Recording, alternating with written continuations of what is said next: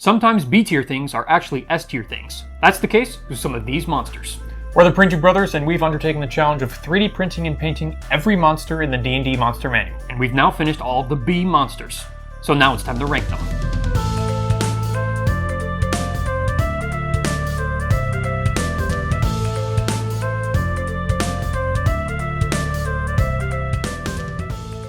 We're going to be ranking each monster out of 5 in 4 different categories for a possible total of 20. The categories are looks, lore, stats, and how iconic the monster is. We've already ranked all the A monsters, so check out that video if you haven't already. That's right, believe it or not, A does in fact come before B. It's also worth noting that these rankings are completely opinion-based, so if you disagree with them, it's because you have a crap opinion.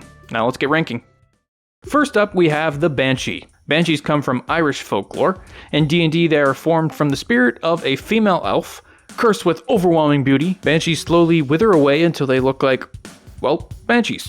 I don't think the art in the Monster Manual went far enough with the banshee. These are supposed to be creatures that lost to their beauty, but they kind of just look like generic ghosts, so I'm going to give them a 2 for looks. Though I do really like the cool color scheme that Anthony went with for the banshee model.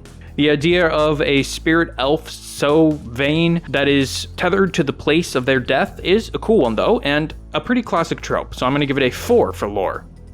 When it comes to stats, there's nothing insane going on here except for the whale ability, which can drop characters to 0 hit points just outright, and I don't think that's particularly fun. 2 for stats. Banshees are one of the many D&D monsters that originate from folklore and are thus pretty well known, but their D&D version specifically isn't necessarily. So I'm going to give Banshees a 2 in iconic, and that leaves the Banshee with an overall total of 10 out of 20. Next is the Basilisk, one of my personal favorites. The Basilisk, like the Banshee, also gets its origin from folklore and legend.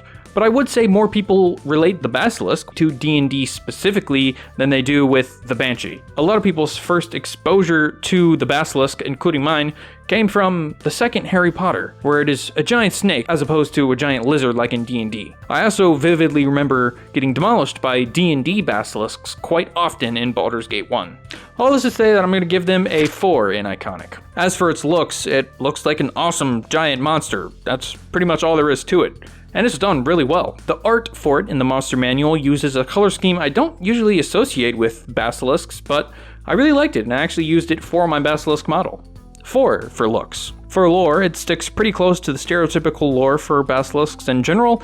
It's about what you'd expect, but that's not a bad thing either. 2.5 for lore. And lastly for stats, the basilisk's petrifying gaze is actually a fun way to do a potentially insta-kill ability in my opinion, provided that the DM does properly foreshadow the monster's presence. The stats give the party a few interesting options for tackling this encounter that are not just attacking every single round and doing nothing else.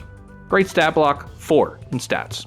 And that puts the Basilisk at a total of 14.5 out of 20. Next is the Beir, and in many ways the Beir appears to be just kind of a lesser version of the Basilisk in many ways. They look similar, but I personally prefer the Basilisk, so I'm going to give the Beir a 3 in looks.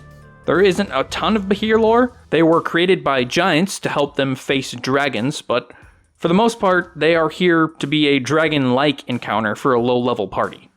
But the giant stuff is cool. 2.5 for lore. For stats, it shoots lightning, and it also has a pretty cool constrict ability, which complicates the fight in a fun way. You know, the stat block is actually pretty fun here. 4 for stats. And lastly, for iconic, I think most DMs will easily look over the Beir in favor of the Basilisk. 2. That leaves the Beir with a total of 11.5 out of 20. If you want to learn more about any of these monsters or how we painted them, check out our playlist for 3D printing and painting every monster. And if you want to see us tackle the C monsters, subscribe. Now back to the video. Now we have the Beholder. You probably know where this one's going. Let's just kick off with iconic. Not only is the Beholder on the cover of the Monster Manual, it is also one of the few monsters that actually originates from D&D.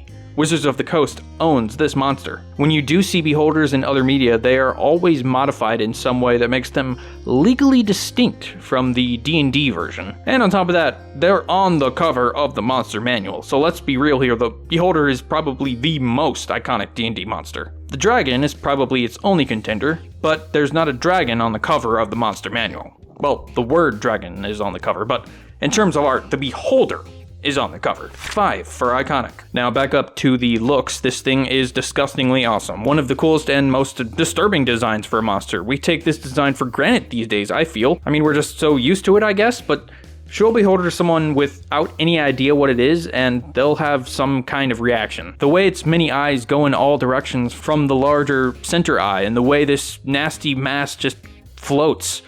It's all great. 5. For lore, there's a bunch of awesome lore regarding the beholder. You guessed it, it gets a 5 for lore. And then for stats, guys, we have 5s across the board. The eye rays make fighting a beholder so much fun, and also tense at the same time. The randomness of it makes the encounter a surprise not only for the players, but for the DM as well.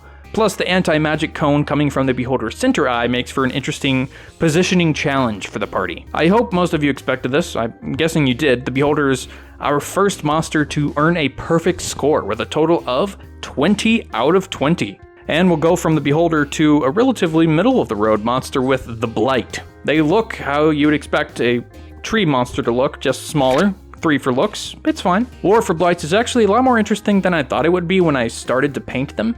There's a whole story attached to how they were created and why they reside in cursed forests. If you want to know more about that, you can check out our Blight video. Anyways, the Blight gets a 4 for lore. Stats are a bit lackluster though. They are meant to be for a low-level party. Still not super interesting though. 2 for stats. For iconic, you're probably going to favor a different low-level monster before the Blight for a level 1 party, like maybe goblins. 2 for iconic. That leaves the Blight with a total of 11 out of 20. Next up is the Bugbear.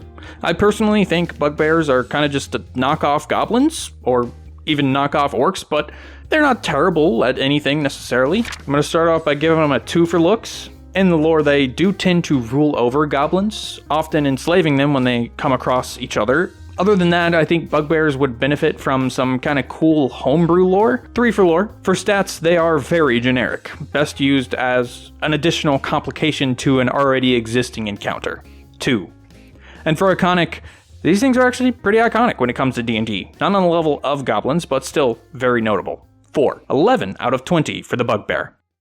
Next is the Blette. I've got a soft spot for the Blette. I really enjoyed fighting this thing in Baldur's Gate 3. I'm going to give it a 3 in looks. It's pretty unique, but I wouldn't say anything special necessarily. I really like the paint job Anthony gave it though. For lore, Blettes are believed to have been created by a mad wizard that crossbred turtles and armadillos. Weird.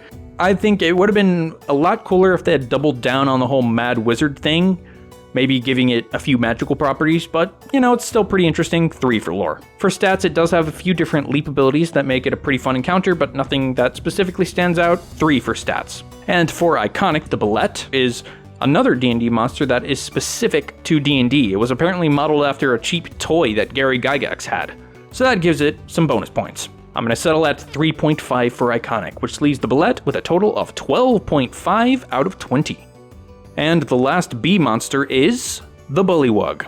They are frogs. And that's pretty much it. They look like frogs. 2 for looks. For lore, I came up with my own lore for Bullywugs when I painted this monster because lore-wise they're pretty much just frog people.